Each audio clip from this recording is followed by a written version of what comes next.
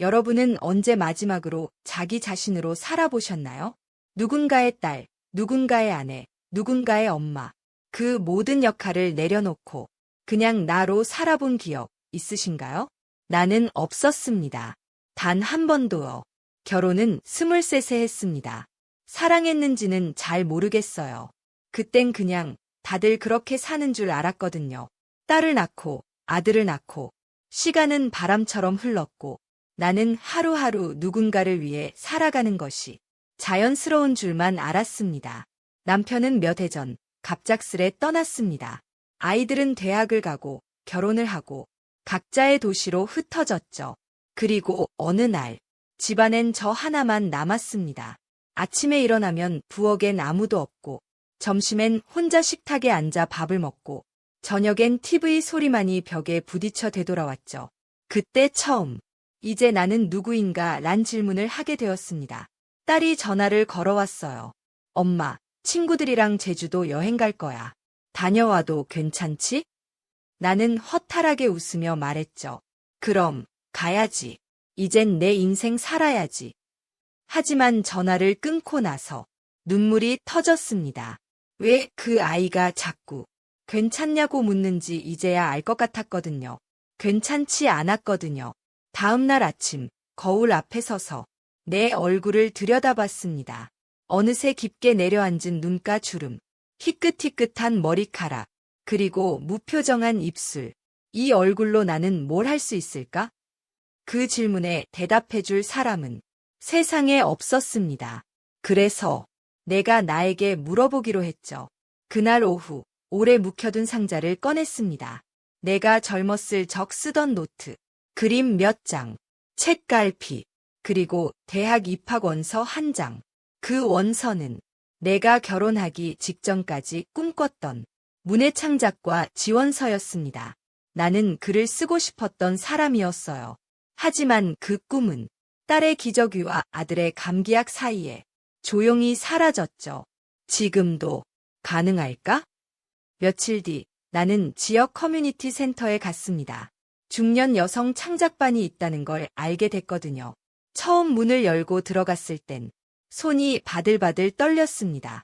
그런데 의외로 저처럼 머리가 희끗한 분들이 많았어요.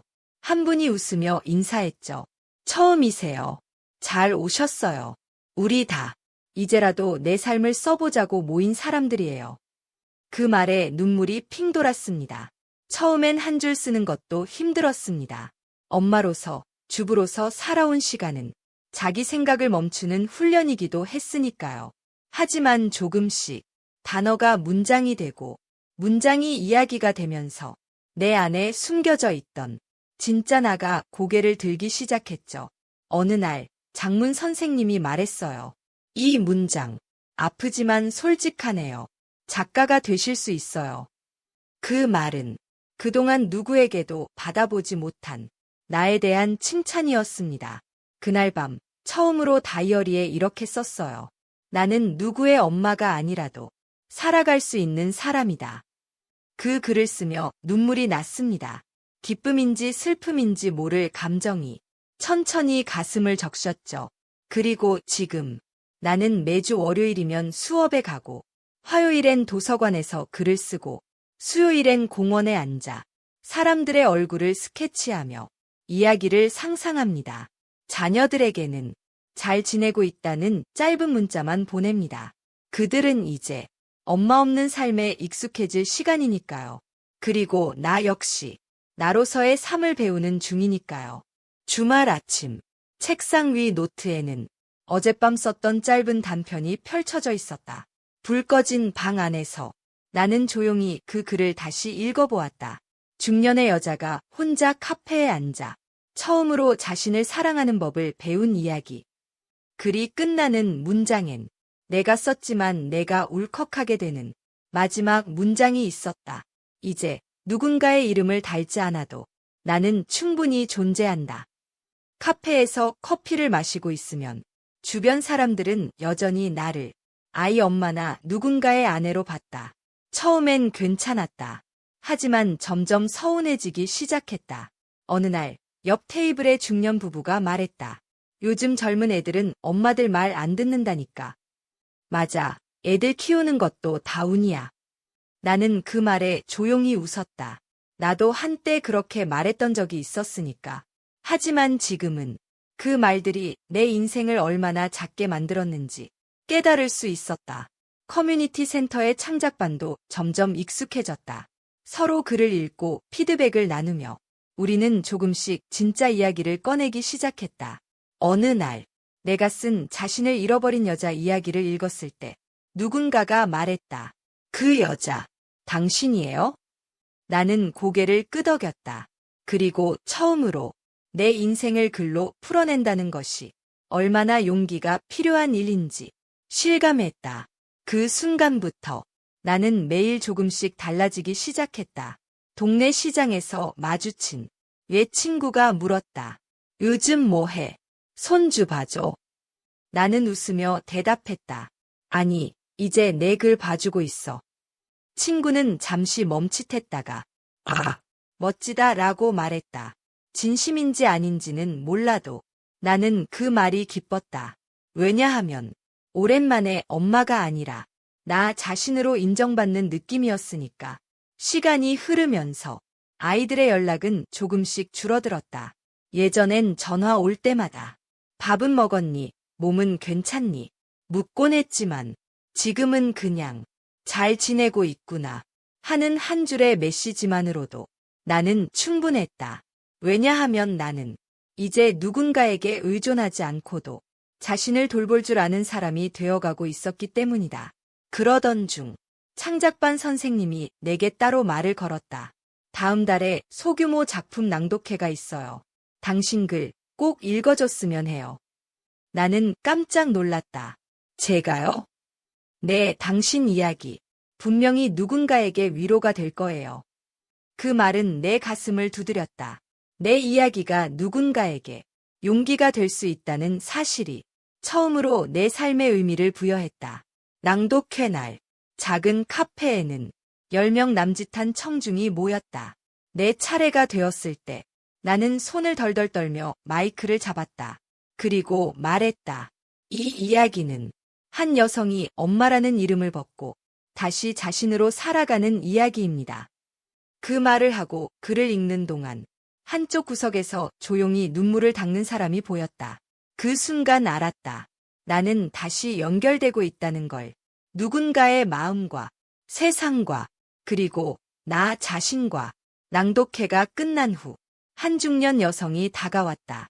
저도 당신처럼 살아보고 싶어요. 나는 웃으며 말했다. 지금부터 시작하면 돼요. 정말 늦지 않았어요. 그 말을 한 나 자신이 가장 놀라웠다. 왜냐하면 진심이었으니까. 그리고 그날 밤 아이들에게 문자를 보냈다. 엄마, 요즘 글 써. 너희 얘기는 아니고 엄마 얘기야. 보고 싶다. 며칠 후 딸에게 답장이 왔다. 엄마, 멋지다. 다음엔 엄마 얘기 직접 듣고 싶어. 그 문장을 보고 나는 혼자 조용히 웃었다. 엄마로서가 아니라 한 여성으로서, 사람으로서 나의 이야기를 들어주고 싶다는 그 말이 고마웠다. 그날 나는 이렇게 다이어리에 적었다. 나는 엄마라는 이름 아래 너무 오랫동안 나를 감췄다. 하지만 지금은 조금씩 꺼내고 있다. 진짜 나를. 낭독회가 끝난 뒤에도 내 마음은 오래 진동했다. 그날 밤집에 돌아와 조용히 불을 켜고 앉아 다시 내 이야기를 천천히 읽었다. 엄마라는 이름 말고 나는 누구였을까 그 문장을 반복해서 읽었다. 가슴 어딘가가 먹먹하게 울렸다. 창작반 수업 후 선생님이 내게 새 프로젝트를 제안했다. 지역 문화센터에서 작가들과 주민이 함께 글을 나누는 워크숍이 있어요. 혹시 관심 있으세요?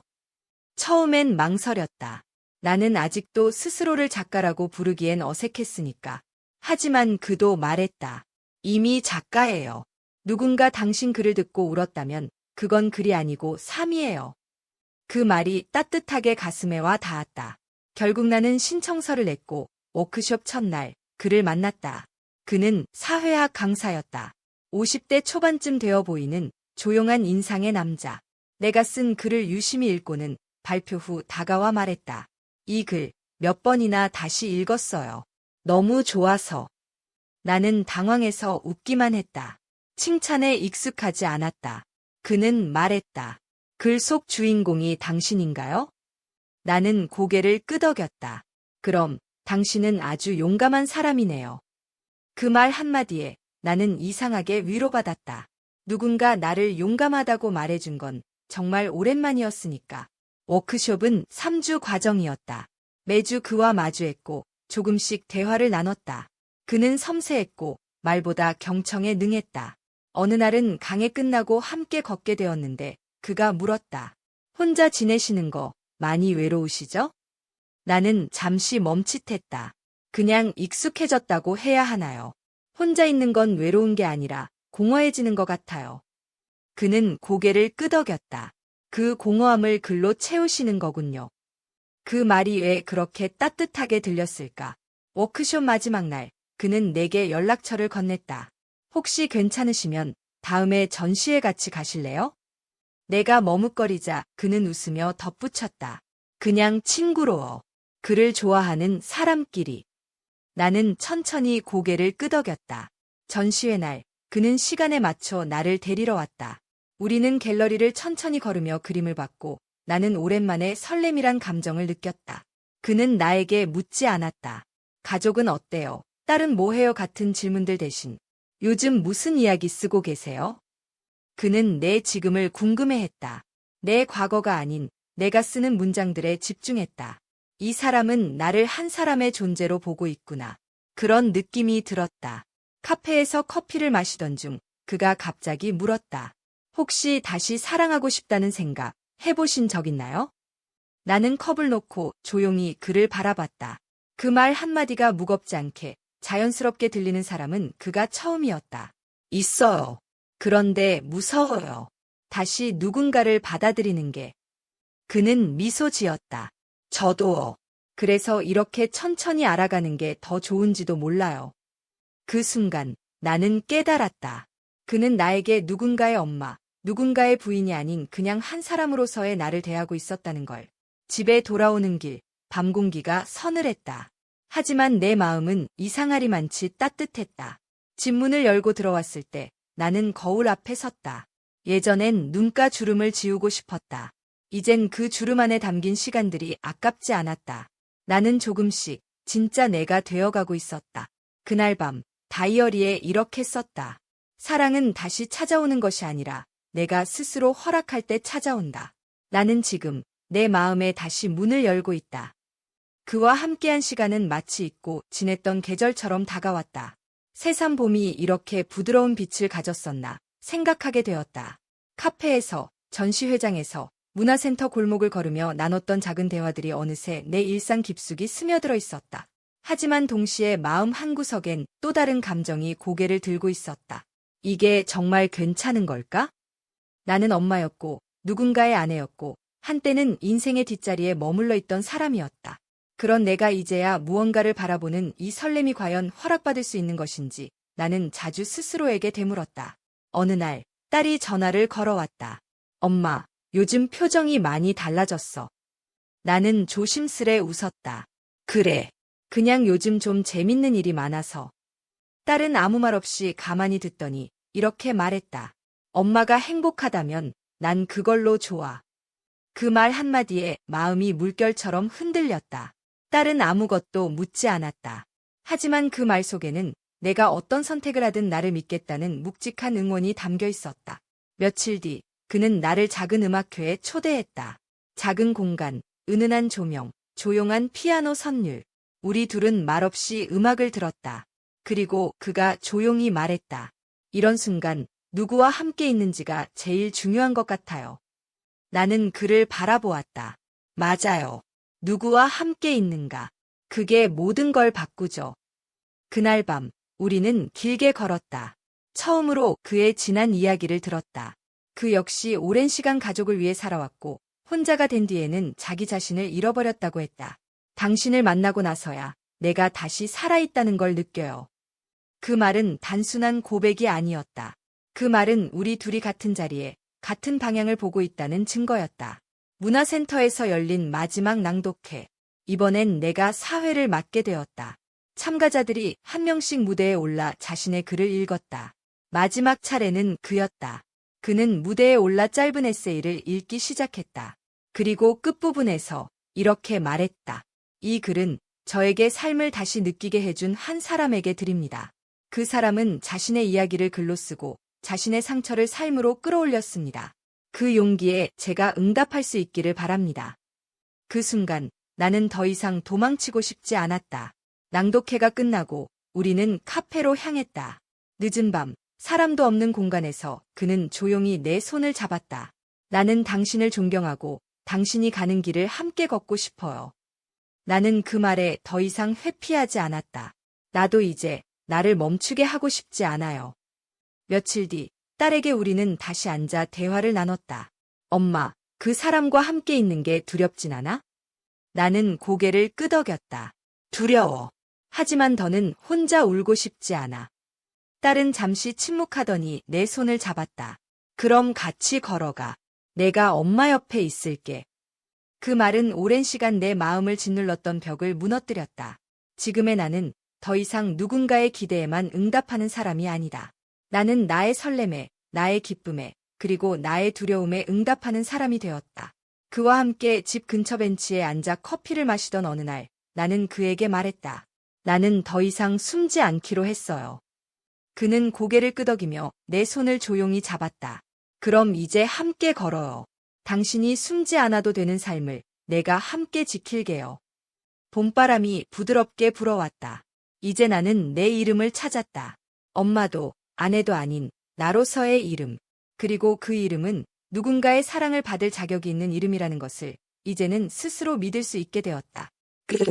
이 이야기가 여러분에게도 용기와 위로가 되었다면 좋겠습니다. 두 번째 인생은 누구에게나 찾아올 수 있습니다.